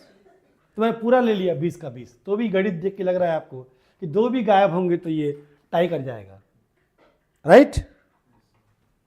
तो ये है फॉर्मूला 3/4 ऑफ क्या, टोटल नहीं, किसका है वो, presence panch is more than या ग्रेटर देन 2/3 ऑफ टोटल क्या पंच। अगर हो गया इज गुड वन, ठीक, बस यही फॉर्मूला है इसका। और अगर ऐसा हो गया तो तत्काल प्रभाव से वह अपने पद से क्या हो जाएगा, हट जाएगा। ध्यान रखिएगा, यदि ये चुनाव यार ये अविश्वास प्रस्ताव किसके विरुद्ध है, उप सरपंच स्वयं एक क्या है, तो क्या वो वोट डालेगा, यस डालेगा। ठीक है, यहां पर 19 नहीं कर सकते अपन, क्लियर है, वो अपने फेवर में या अपने ऑब्वियसली की फेवर डालेगा वोट, सही है। तो यहाँ उप सरपंच को इस आधार पर आप बात नहीं कर सकते कि वो खुद भी एक क्या है पंच, ठीक, तो वो वोट डाल सकता है, सही है। हाँ, ऐसे बैठक की अध्यक्षता नहीं कर पाएंगे दोनों, राइट, क्योंकि उन्हीं के विरुद्ध क्या लाया गया है, अविश्वास प्रस्ताव।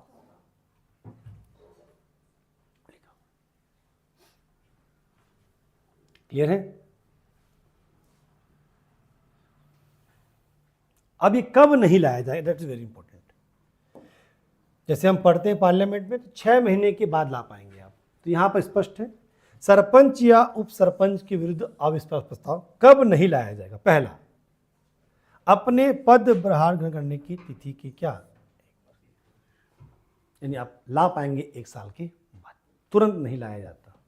सरपंच या उप सरपंच जैसे ही मामला हो कि कार्यकाल की समाप्ति से 6 महीने पहले की अवधि, ठीक, और एक बार अगर अविश्वास प्रस्ताव खारिज हो गया है तो अगले क्या 1 वर्ष के भीतर, क्लियर। तो 3 कंडीशन में नहीं ला पाओगे, तो कम से कम तो 1 साल तो अपना कार्यकाल क्या करेगा, पूरा करेगा। और अगर 6 महीने ही बचा है क्या कार्यकाल तो नहीं ले जाएगा, और एक बार अगर वो रिजेक्ट हो गया तो फिर अगली बार 1 साल के बाद। पार्लियामेंट में 6 मंथ होता है, क्लियर। तो 3 कंडीशन है इसकी, तो कम से कम 1 साल तो रहेगा वो, 1 साल के बाद आप ला सकते हैं क्या अविश्वास प्रस्ताव, और यदि वो रिजेक्ट हो गया तो फिर अगला क्या, ठीक, क्लियर। और अगर कार्यकाल बचा है सिर्फ कितना 6 महीने का, तो फिर कोई मतलब ही नहीं है किसका अविश्वास प्रस्ताव। ये कॉपी पेस्ट होगा तीनों पे, ठीक है, तो एक साथ याद कर लेंगे इसको आप।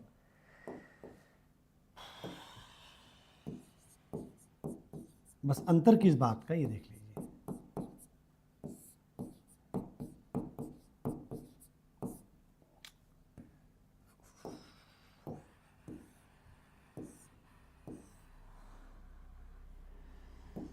अगर आप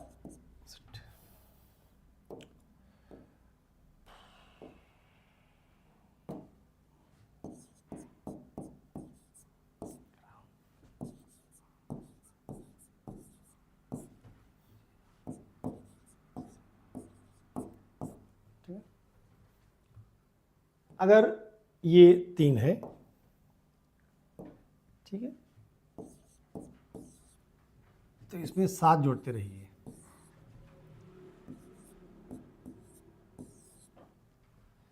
ठीक, तो अविश्वास प्रस्ताव ग्राम के लिए 21 में है, जनपद का 28 में, जिला किस में आपका 35। तो 7-7 का अंतर कर लीजिए इसको।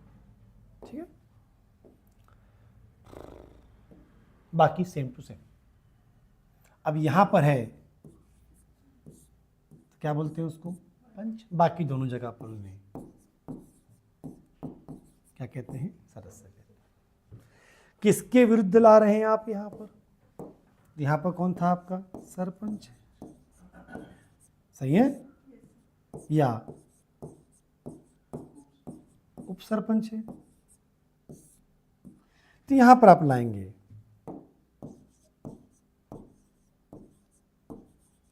क्या, अध्यक्ष और उपाध्यक्ष।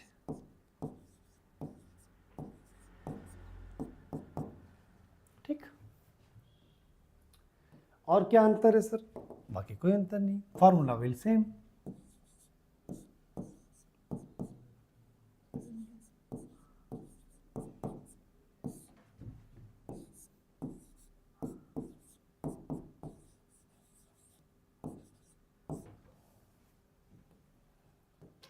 सही,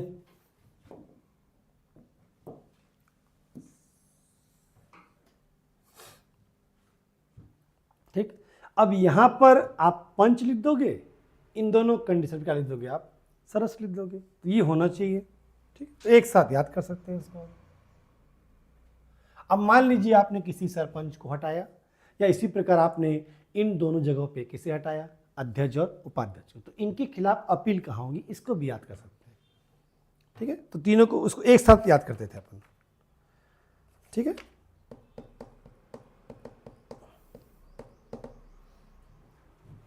तो इसका अपील लिखा हुआ है, एक सेकंड, ये रहा। ठीक, तो इसकी अपील आप कर सकते हैं क्या, 7 दिन के भीतर। किसके पास, कलेक्टर, और वो इसे सॉल्व कर देगा और उसका निर्णय, मतलब कोर्ट नहीं जाएंगे आप। क्लियर? तो अगर मामला, हाँ ये 21 में ही है, उसी का सब क्लॉज है। तो अगर ग्राम पंचायत का है तो कितने दिन भीतर में, 7 दिन। सेम ऐसे आप 28 और 35 पढ़ेंगे तो वहाँ दिन बढ़ा देंगे अपन। ठीक है, 7, 10, 14, इधर कलेक्टर है, उधर आपका संचालक पंचायत है, स्टेट गवर्नमेंट है। यानी ये सिर्फ 3 कंटेंट, बात समझ नहीं आ रहा तो जा सकता है तू, ऐसा कोई जरूरी नहीं, वैसे बैठना नहीं कि मैडम फोन की है। हाँ, ये तुम लोग के लिए है भी नहीं, ये लाइव ही था, फिर भी मैं बुला लिया, मुझे बोर लगता है करके। ठीक है, ऐसा कुछ भी नहीं है कि जब झेलना ही है, क्योंकि मैं इंग्लिश में नहीं पढ़ाऊँगा ना, क्योंकि मेरा यूट्यूब है, मैं कम क्राउड नहीं पकड़ता। ठीक है, उनके लिए है ना मुंगा सर लोग, वो पढ़ा रहे हैं इंग्लिश में। ठीक है,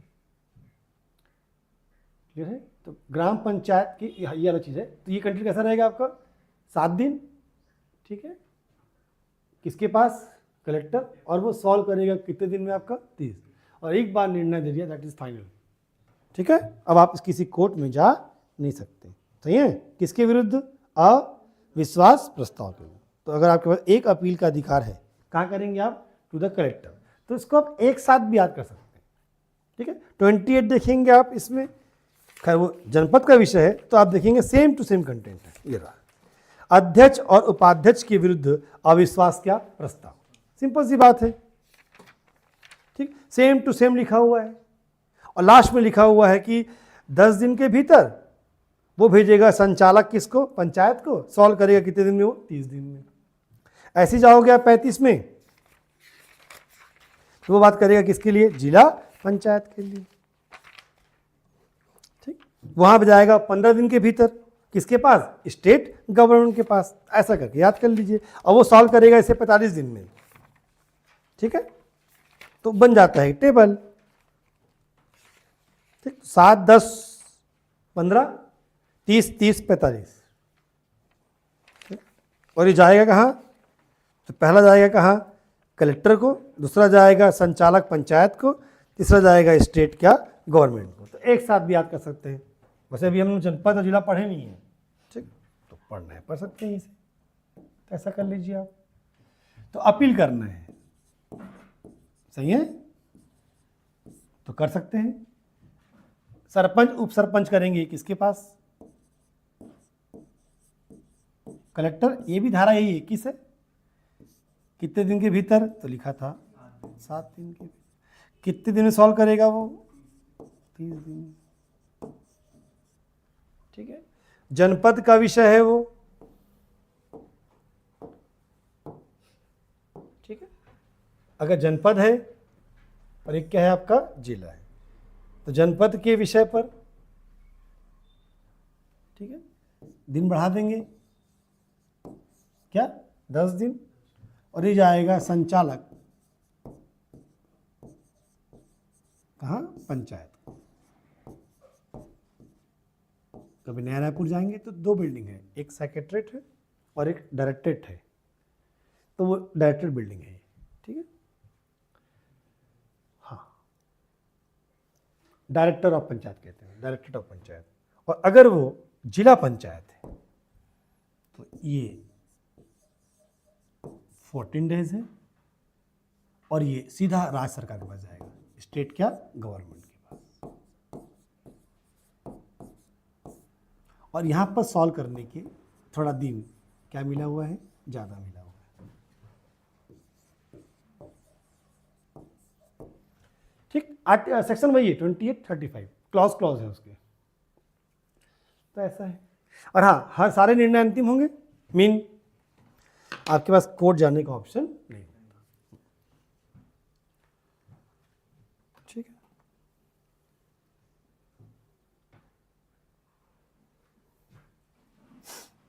तो एक साथ पढ़ लेते हैं इसको। तो इसको अब अलग से पढ़ना नहीं पड़ेगा आपको। अब आपको होमवर्क रहेगा कि आपको पूरा पढ़ के आना है कहाँ तक? 35 तक, ठीक। कुछ भी नहीं है, आप जो मैं बताया आपको 21 तक, उसी का कॉपी और पेस्ट है वो। जैसे वार्ड में बांटे थे 10 से कितना? 20, वहाँ बांटो 10 से कितना? 25। एक वार्ड 10 से कितना? 35। वहाँ 1000 था, वहाँ 5000 है, वहाँ 50,000 है।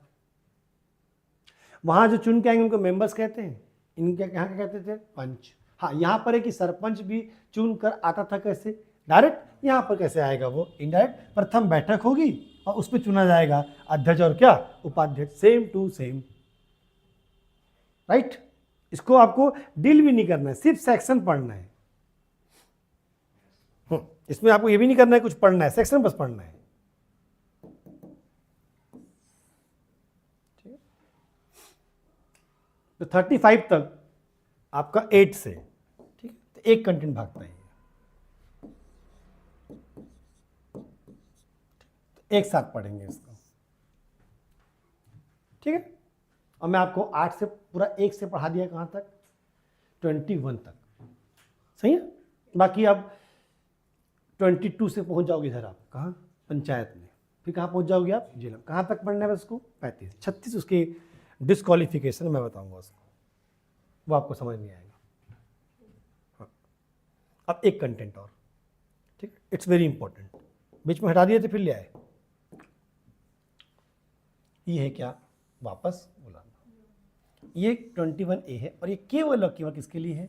ग्राम पंचायत के लिए। ये जिला और जनपद के लिए नहीं, क्योंकि सिर्फ ग्राम सभा के पास ये पावर है कि वो अपने चुने गए पदाधिकारी को उनके पद से वापस बैठा सकती है। It's very important, right. ये कहीं नहीं होता, सिर्फ ग्राम पंचायत में है।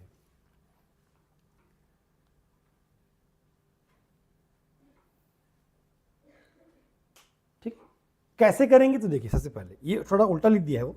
ग्राम सभा के कुल सदस्यों में से कम 1/3 सदस्य द्वारा हस्ताक्षरित नोटिस प्राप्त होने, और ये देखो, निर्धारित प्राधिकारी मतलब कौन?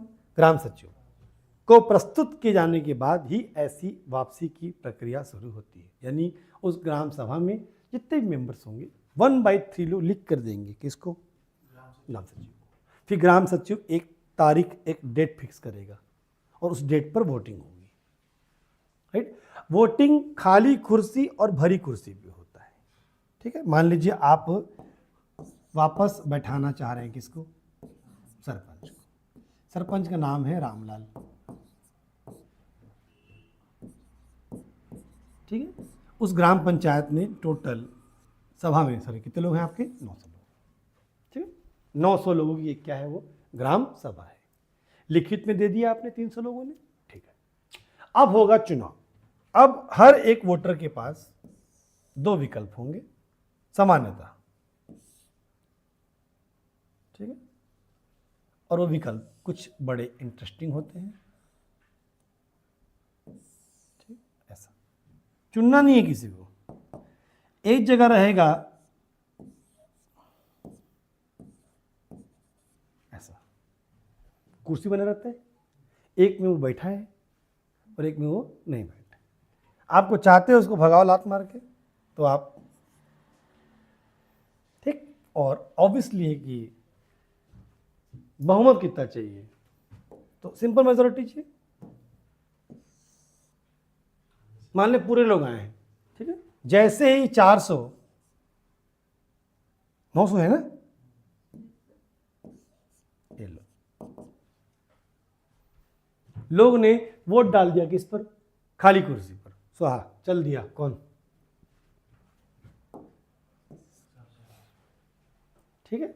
अब मान लो उल्टा हो जाए तो फिर वो अपने पद पर बना रहता है, ठीक है। तो कितना बहुमत चाहिए, आधे से अधिक, यानी मोर देन 50%, ठीक है। तो खाली कुर्सी और क्या भरी कुर्सी का वोट होता है, ठीक। और वो हट गया तो या तो अगले चुनाव होंगे या अगर समय कम बचा है, जो भी स्थिति है वो देखना पड़ेगा। अब ये देखो, इसके अलावा कोई ऐसी प्रक्रिया शुरू, अभी कंडीशन है, यही पूछा था पीएससी ने, कब नहीं होगा, तो देखो कम से कम वो आधा अपना अवधि क्या करना चाहिए, पूरा। यानी आप किसी भी सरपंच को 2.5 साल से पहले बैठा नहीं सकते, ठीक। या फिर कार्यकाल, ठीक है। और अगर उपचुनाव हुए हैं तो जितना भी कार्यकाल बचा है वॉट एवर, उसका कितना, आधा। जैसे मान लो 3 साल का कार्यकाल है मेरा, तो 1.5 साल के पहले राइट टू रिकॉल नहीं हो पाता, ठीक है।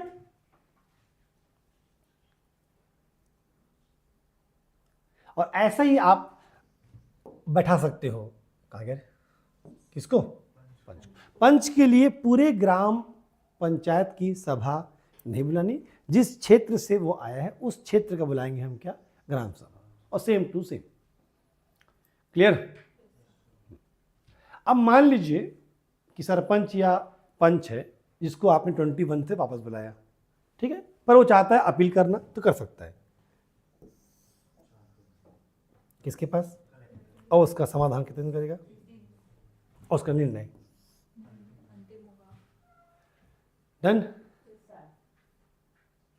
ठीक। और ये 21A केवल और केवल किसके लिए है, ग्राम पंचायत के लिए, जिला और जनपद के लिए नहीं। That is your homework. अब इसे कंप्लीट करेंगे आप, ठीक है। कहाँ से कहाँ तक पढ़ना है अपने को, 1 8 तक पढ़ना ही पढ़ना है, से लेकर कहाँ तक 35। सिर्फ सेक्शन बदलेगा, कंटेंट नहीं बदलेगा। जैसे विहित प्राधिकारी वहाँ ग्राम पंचायत सचिव था, यहाँ पर CEO का हो जाएगा जनपद, वहाँ पर पंच था, यहाँ कहलाएगा क्या वो सदस्य, ठीक। नंबर बदल जाएंगे उसके, ठीक है। इसको करिए। फिर आपको एक चीज़ और पढ़ाना है, यानी 1.5 घंटा और देना है अपने को, वो आपका 36 से क्या 44, और फिर हम पढ़ेंगे ओनली क्या सेक्शन जो पीएससी पूछ रहा है, ठीक। किस सेक्शन में क्या है, कंटेंट कहाँ तक जाएगा वो आपका 44 तक, ठीक है।